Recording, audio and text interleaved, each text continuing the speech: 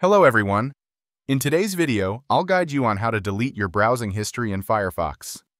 This is a helpful way to protect your privacy and keep your browser organized.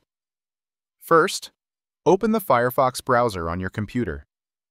Click on the three horizontal lines icon in the top right corner of the screen to open the menu.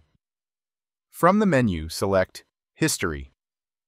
If you only want to delete the history of specific websites, choose Manage History. In the new window that opens, select the pages you want to delete, right-click on them, and choose Delete Page. You can also delete history by time frame by selecting a range from the left column or searching for a specific page using the search bar at the top. If you want to delete all your history, go back and choose Clear Recent History under the History settings. In the When field of the new window, select Everything, check History, and then click Clear to complete the process.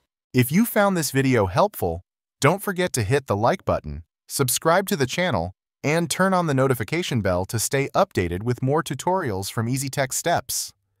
Thank you for watching, and I'll see you in the next video.